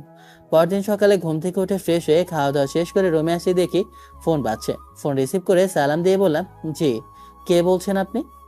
তোমার ফোনে আমার নাম্বার সেভ করা নেই? না, আসলে প্রয়োজন মনে করিনি। জি বলেন, কি বলবেন? তোমার হচ্ছে, আর আম্মুকে বলছো সব কিছু? জি বলেছিলাম, আপনার সাথে কথা বলতে চেয়েছিল, কিন্তু আপনার নাম্বার না থাকায় ফোন দিতে পারেনি। আচ্ছা এখন গিয়ে ফোন দাও।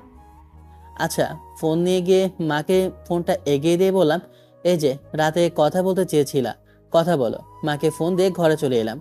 জানি না তাদের ভিতরে কি কথা হলো। একটু পরে মা এসে ফোন এগিয়ে দিয়ে বলল, বাজার থেকে ঘুরে আয় তো, শাক সবজি মাছ মাংস নিয়ে আসবি। মায়ের কথা শুনে বুঝলাম আসে, তাই বললাম আচ্ছা ঠিক আছে। পকেটে ফোন নিয়ে বাসা থেকে বেরিয়ে চলে আসি বাজারে।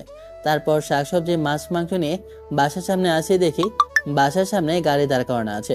ভেতরে এলাম, দেখি ম্যাম, তানিশা আপু আর মা বসে আছে। এই যে নাও, সবকিছু নিয়ে এসেছি। ম্যাম আমাদের বাসার খাবার খেতে পারে তবেই। রাখ তোর ফালতু কথা, এত যে বেশি কথা বলে। আমাকে বকা খাওয়া দেখে ইরা হাসে, আবার হাসি দেখানো হচ্ছে। কেমন আছো বলো? আলহামদুলিল্লাহ ভালো, আপনি? আলহামদুলিল্লাহ ভালো। আচ্ছা গল্প করেন, আমি ঘরে যাই। তারপর ওখান থেকে ঘরে চলে এলাম। এসে চুপ করে বসে আছি। কারো আসার শব্দ পেয়ে দরজার দিকে তাকাই দিয়ে দেখি ম্যাম। জি কিছু বলতেন? না, দেখতে এলাম রুমটা কেমন। রুম তো দেখি গোছানোই আছে। জি, মা গুছিয়ে রাখে।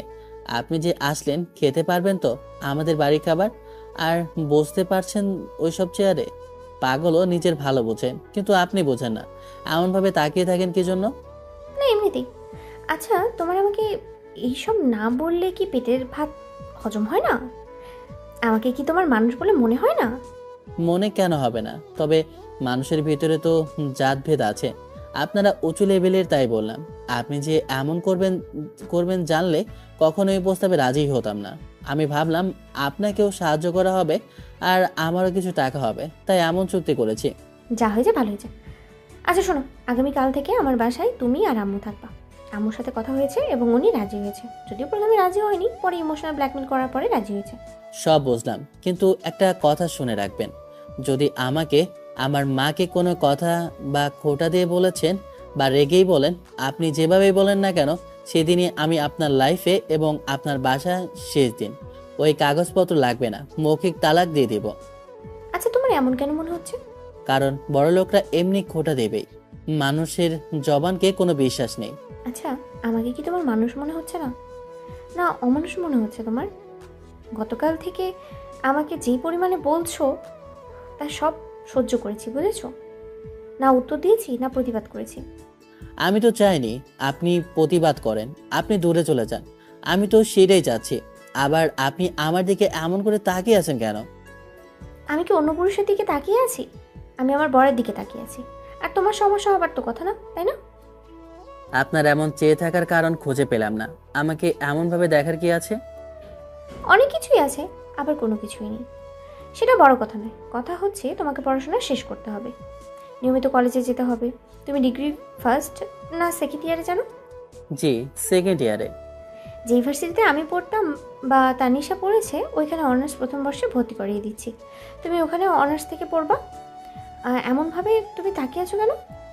আমি এখানে পড়াশোনা শেষ করলে সমস্যা কোথায়? ওখানে পড়াশোনার মান খুব একটা ভালো না।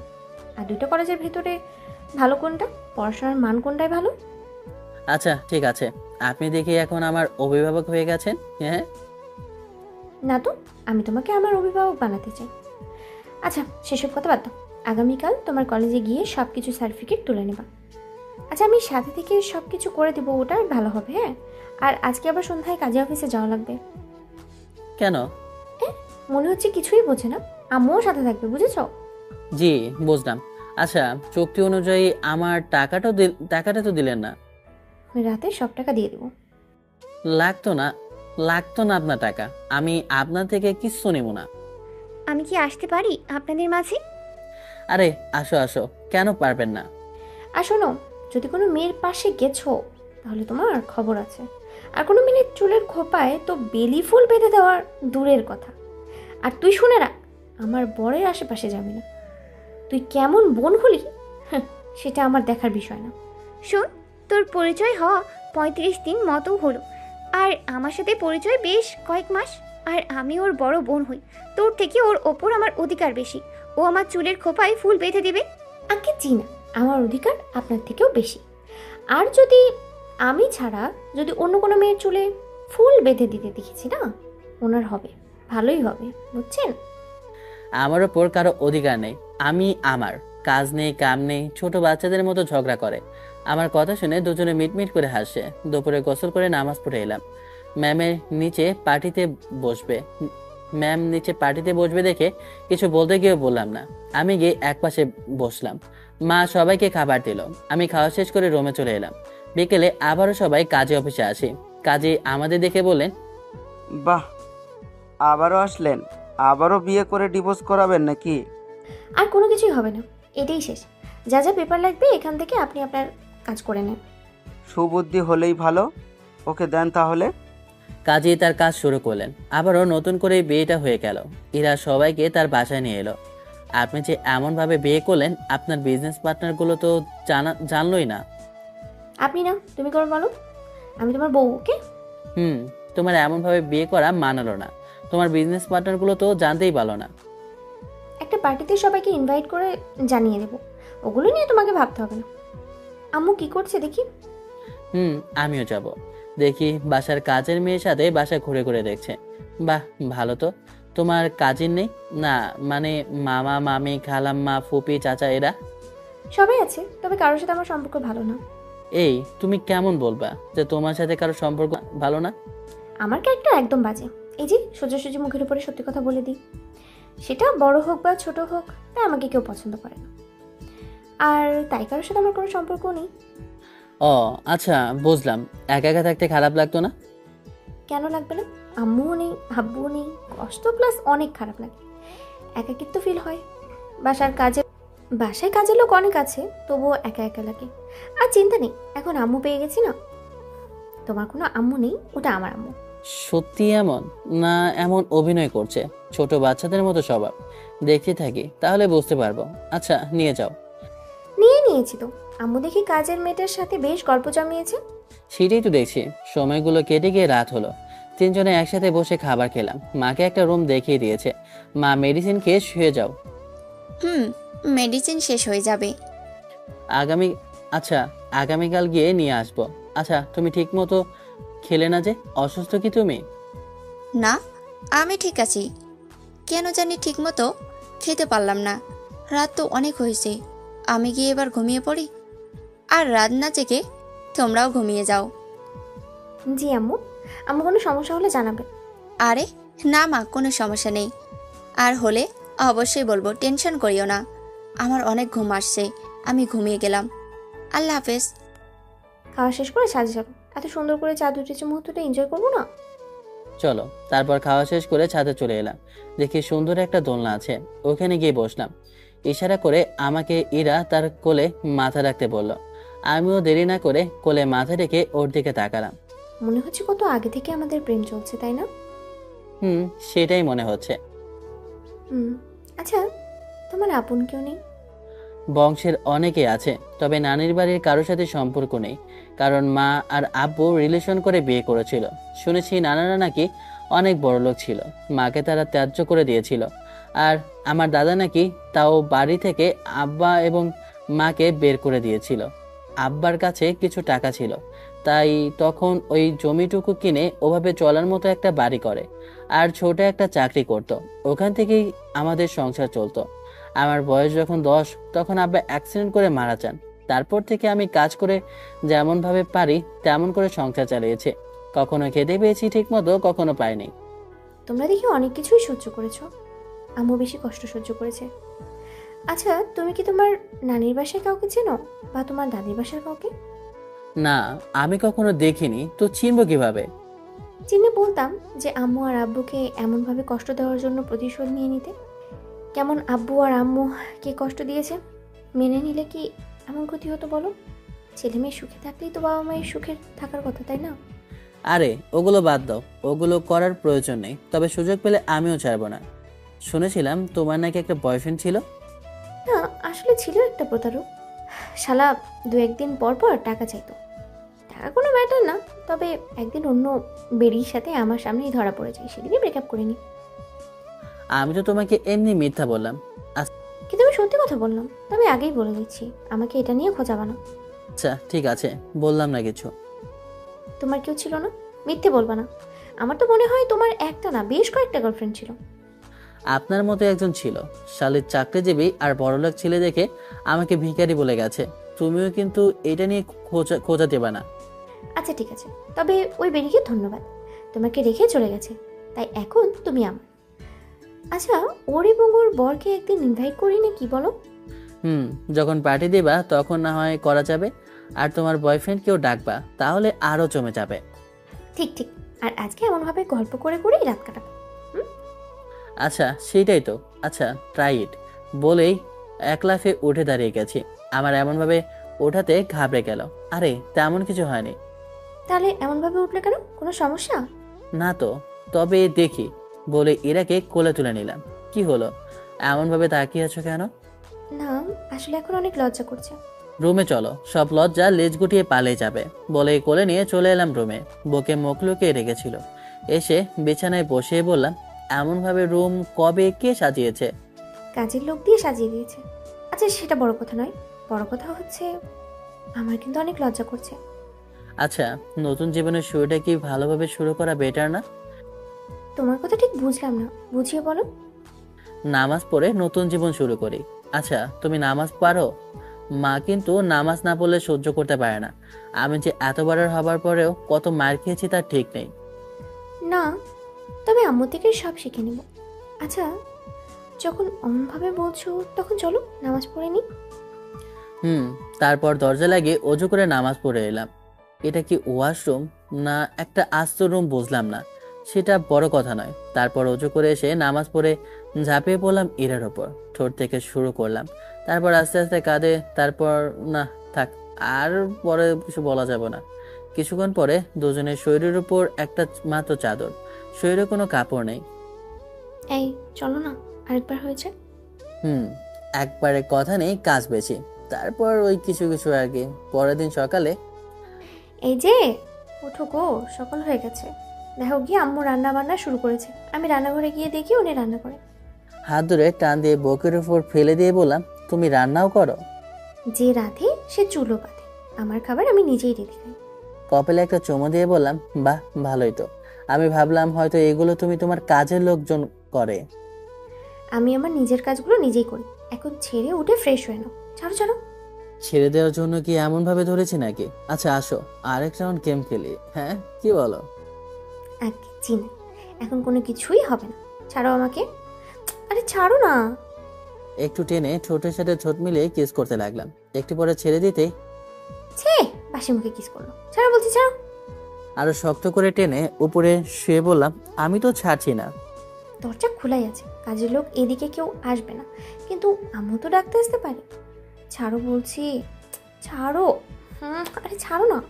রাতে এত দুষ্টুমি করো, এখন আবার শুরু করেছো? কে শোনে কার কথা? ছোটে একটা চুমু দিয়ে বললাম, মা রান্নাঘরে আছে, আসবে না। যদি চলে আসে? আরে দূর, উঠো না তুমি। আচ্ছা ঠিক আছে, ছেড়ে দিলাম। কিন্তু ছাড়ার আগে আবার ঠোঁটে ঠোঁট লাগিয়ে কিস করতে শুরু করি। একটু পরে ছেড়ে দিয়ে বললাম, যাও এবার আমি উঠে ফ্রেশ হয়ে নিই। গতকাল পোশাক নিয়ে এসেছিলাম, ওগুলো নিয়ে ওয়াশরুমে এসে ফ্রেশ হয়ে বাইরে এলাম। মা টেবিলে সব খাবার রেডি করে রেখেছে, তারপর সবাই মিলে একসাথে খেয়ে নিলাম। আম্মু, আপনার প্রয়োজনীয় সব কিছু নিয়ে এখানে চলে আসেন। আমি ড্রাইভার এবং 2 জন লোক পাঠিয়ে দিচ্ছি। আপনি বলে দেবেন কি কি নেবেন, কাজের লোকগুলো গাড়িতে তুলে নেবে। আমরা একটু কলেজে যাব তো, তাই হলে আপনার সাথেই যেতাম। না হলে আমি ওখান থেকে কি নেব? আমার মেয়ের তো এখানে সব কিছু আছে। তাও কিছু স্মৃতির জিনিস থাকে না, আব্বুর হয়তো রেখে যাওয়া স্মৃতি থাকতে পারে। আচ্ছা ঠিক আছে। আর তোমরা কলেজে কি জন্য যাবা? আপনার ছেলে কি পড়াশোনা শেষ হয়েছে? কম করে হলেও গ্র্যাজুয়েট সম্পন্ন করতে হবে। আমি যেখানে পড়াশোনা করি সেখানে ভর্তি করিয়ে তারপরেই আসবো। কোন কলেজে? তানিশা যেখানে পড়াশোনা করে ওখানে? আম্মু, খাবার কিন্তু বেশ মজাদার হয়েছে। আসসালামু আলাইকুম ম্যাম, কেমন আছেন আপনি? ওয়ালাইকুম আসসালাম, আলহামদুলিল্লাহ ভালো। আপনি কেমন আছেন? আলহামদুলিল্লাহ ভালো। আপনারা কেমন আছেন? আলহামদুলিল্লাহ ভালো। আপনার খবর কি? আজকে মনে হচ্ছে খুশি খুশি লাগছে। আপনাদের দেখে অনেক ভালো লাগছে, তাই খুশি লাগছে। ধন্যবাদ মোশাররফ সাহেব, আপনার বোঝানোর জন্য এমন একটা দিন উপহার পেয়েছি এবং সামনেও পাবো। আমি আজকে আর অফিসে যেতে দেরি হতে পারে বা নাও যেতে পারি। আপনি গিয়ে আজকে সব কিছু সামলে নিন, ঠিক আছে? ওকে ঠিক আছে ম্যাম, আমি তাহলে এখন অফিসে গেলাম। মোশাররফ সাহেব চলে গেল। আহমেদ ইরা খাওয়া দাওয়া শেষ করে রেডি হয়ে নিলাম। দরজা লাগিয়ে ইরা গিয়ে তার পোশাক বের করলো। পোশাক নিয়ে ড্রেসিং টেবিলের সামনে এসে দাঁড়ালো। দেখি গ্রাউন্ড খুলছে। এই তুমি কি আমার সামনে সবকিছু করবে? হ্যাঁ, সমস্যা কোথায়? তুই তো নাকি অন্য কেউ তো আর এখানে নেই না। রাতে সব কিছু দেখে এখন ঢং করো কেন? চোখ বন্ধ না করে শুধু দেখতে থাকো।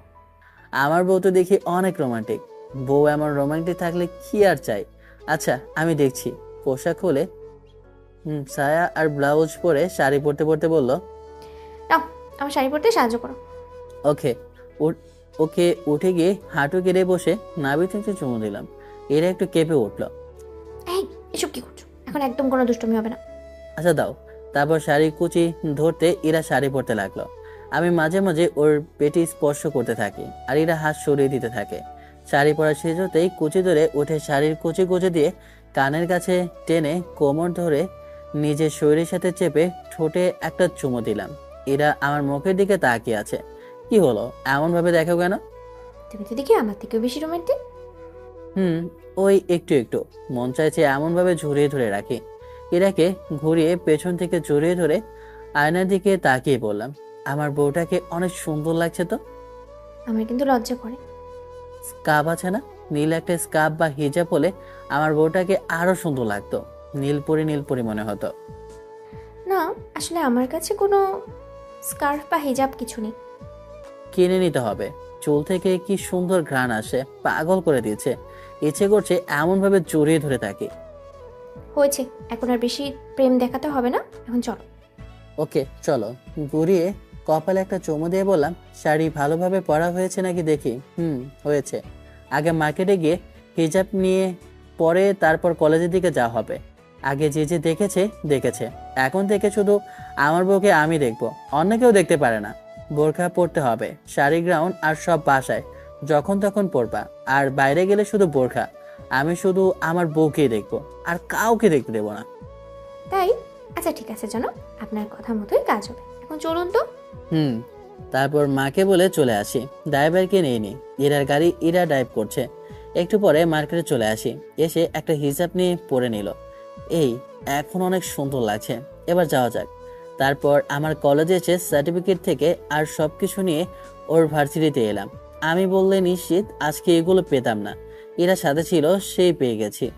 বিজনেসম্যান, একটা পাওয়ার আর সম্মান তো আছে। তারপর ওখান থেকে ওনাদের ভার্সিটিতে চলে এলাম। কত স্বপ্ন সবার এখানে পড়াশোনা করার। দুজনে একসাথে হেঁটে আসতে লাগলাম। তখনই কয়েকটা মেয়ে এলো, দেখি তানিশা আপু আছে। কি রে এরা, এটা তোর কাজিন নাকি? দেখতে কত কিউট। সিঙ্গেল আছে নাকি? না, বিবাহিত। কি বলিস, বিবাহিত? দেখে তো পিচ্ছি মনে হচ্ছে। আরে বল না, এটা কে তোর? ক্রাশ খেয়েছি। তাহলে বাস কে এনে? এটা আমার হাজব্যান্ড, গতকাল বিয়ে করেছি। মজা করিস আমাদের সাথে? তুই বিয়ে করলি, আমরা কেউ জানলাম না। আরে সত্যি বল না, এটা কে তোর? সত্যি এটা ওর বর। গতকাল বিয়ে হয়েছে।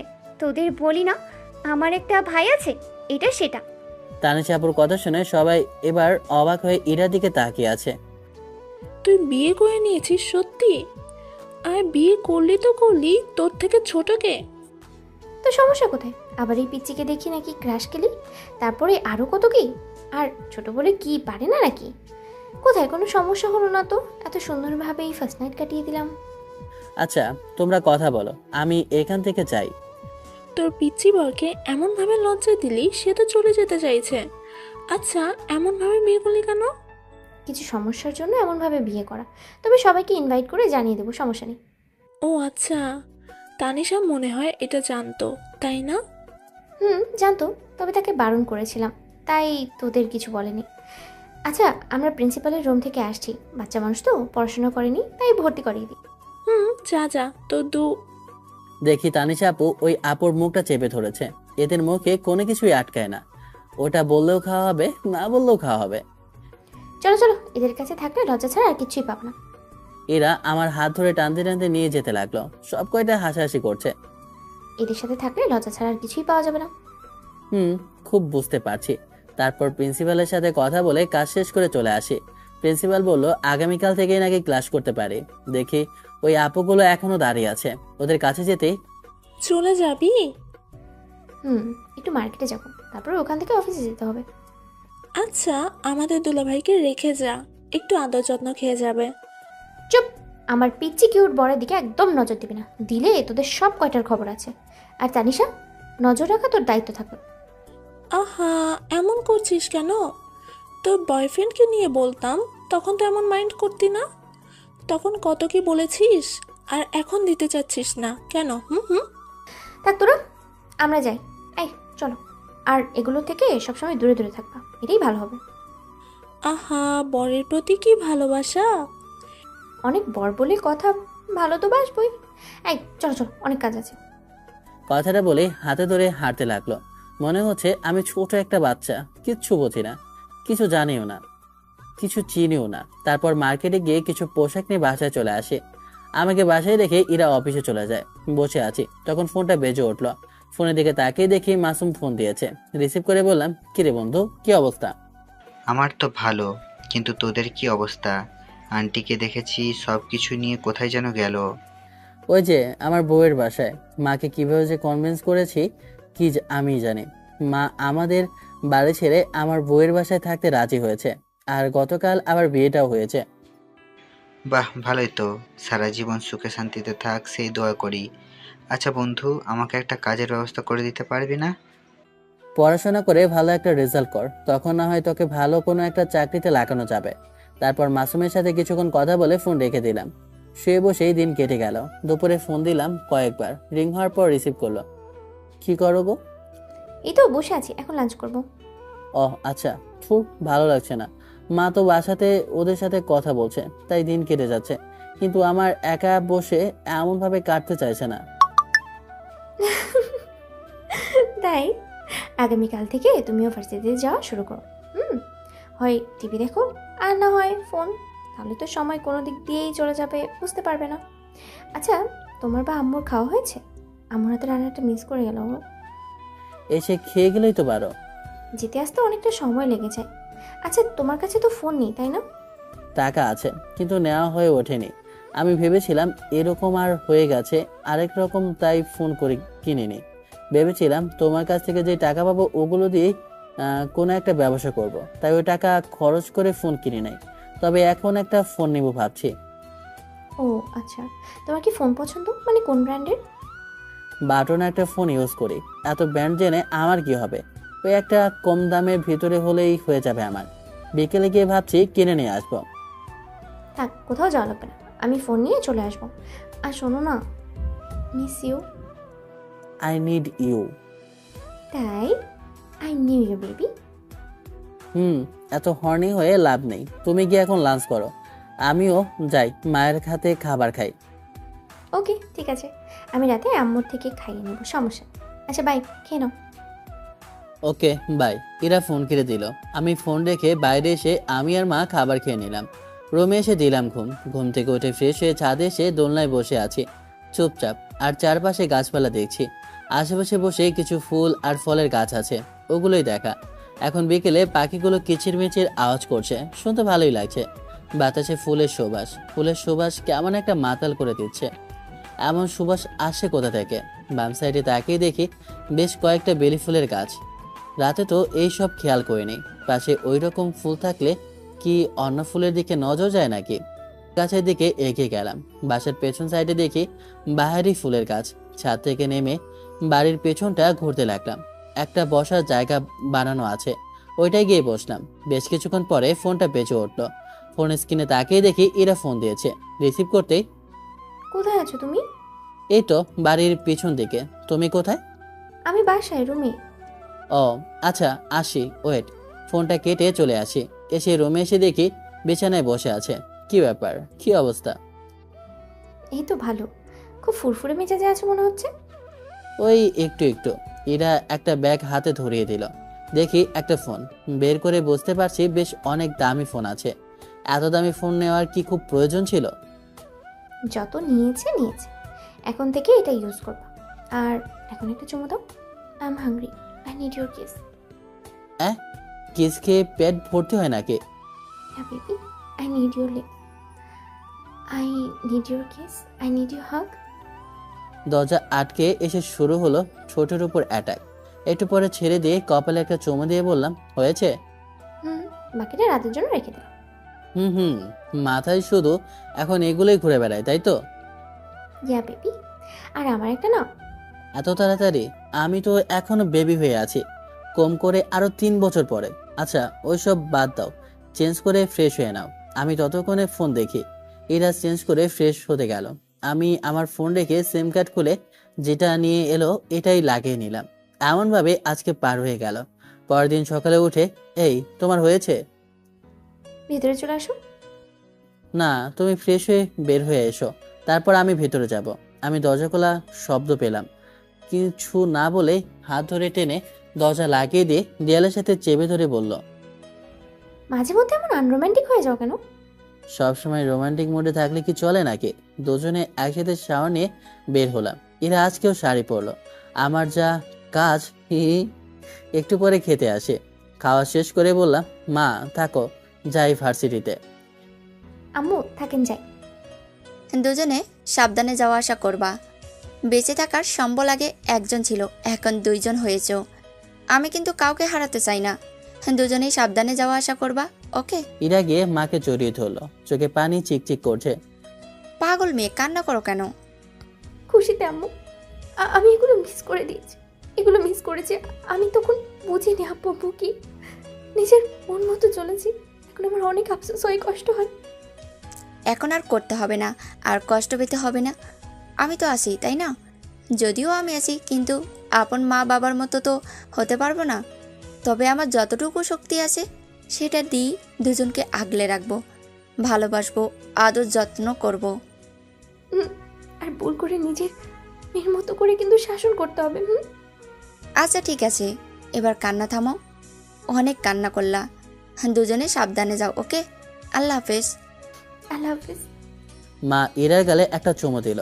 আমি গিয়ে গাল এগিয়ে দিতে আস্তে করে একটা থাপ্পড় দিয়ে বলল, যা সর, আর এখন ভার্সিটিতে যা। যাচ্ছি। এখন অন্যজনকে বিয়ে তো আমাকে ভুলে যাবাই। আচ্ছা থাকো, আল্লাহ হাফেজ। এই চলো। তারপর দুজনে চলে আসে। গাড়ি থেকে নামতে যাব, তখন এরা ইশারা দিয়ে গাল এগিয়ে দিয়েছে। এগিয়ে 2 গালে আর কপালে একটা চুমু দিয়ে বললাম, এবার হয়েছে? খুব। আর ভুলেও মেয়েদের সাথে কথা বলবা না। আচ্ছা যাও। আমি গাড়ি থেকে নেমে গেলাম। ইরা চলে গেল। ভার্সিটির ভিতরে একটা ভাব নিয়ে প্রবেশ করলাম। দোস্ত, ছেলেটা কত হ্যান্ডসাম, কত কিউট দেখেছিস? এর আগে তো দেখি নাই। নতুন নাকি? ফার্স্ট ইয়ারের মাঝামাঝি, এখন কেউ ভর্তি হয় নাকি?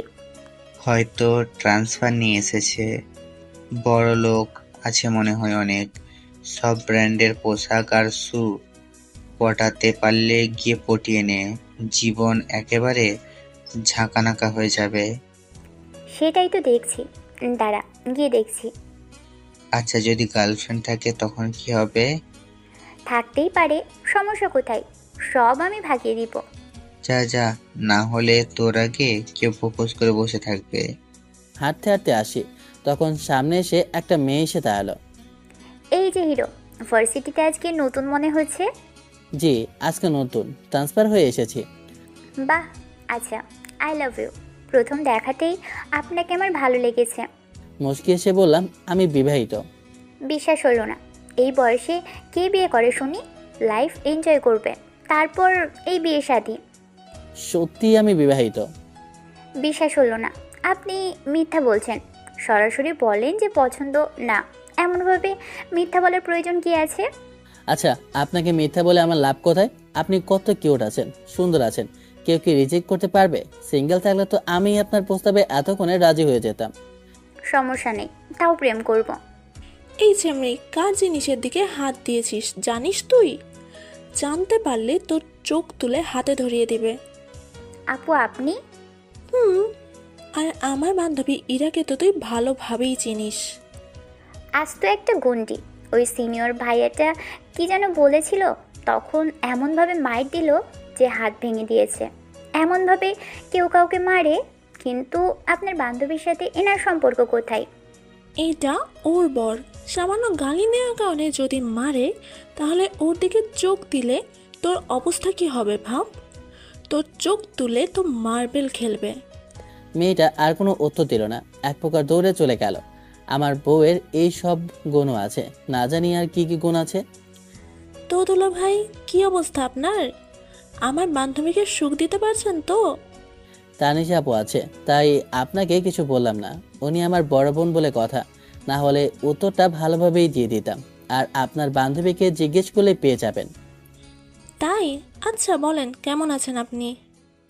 আলহামদুলিল্লাহ ভালো। আপনারা? আলহামদুলিল্লাহ ভালো। কিরে, তোর বউ তো দেখি তোকে ভালোই আপডেট করে দিয়েছে। তোর তো আমাকে একটু ট্রিট দেওয়া দরকার। আপনাকে কখন ট্রিট দেয় না বলেন?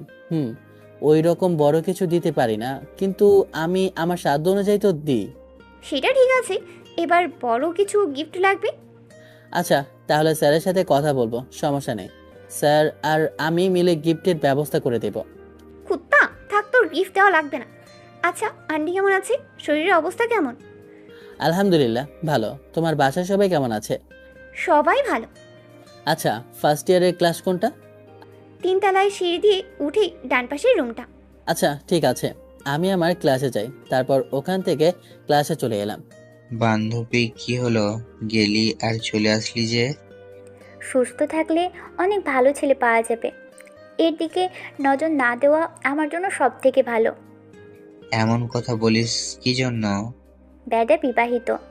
আর ওই যে 4র্থ বর্ষের একটা গুন্ডি ছিল না, ইরা, যদিও কয়েক মাস থেকে ভার্সিটিতে আসে না, ওটা ওর বর। আহারে বাস, কাঁদিস না বান্ধবী, তোর জন্য বই টাকা খুব খুঁজে নিয়ে আসবো। ধুর শালা, ওই গুন্ডির সব ছেড়ে একটা পিচ্চিকে বিয়ে করলো। করেছে তো করেছে, তাতে আমার কি? মনে হয় প্রথম বর্ষের, মানে আমাদের সাথেই পড়ে। তাহলে তো বন্ধুত্ব করাই যায়। সেটা যাই। আচ্ছা, ক্লাসে চল, বন্ধুত্ব করি। চুপ করে বসে আছি। একটু পরে ওই মেয়েটা এবং আরো কয়েকজন এলো। হ্যালো, আমি নোমান। তোমার নাম কি? আমি আকাশ আহমেদ নীল। আমার বান্ধবী নিথি।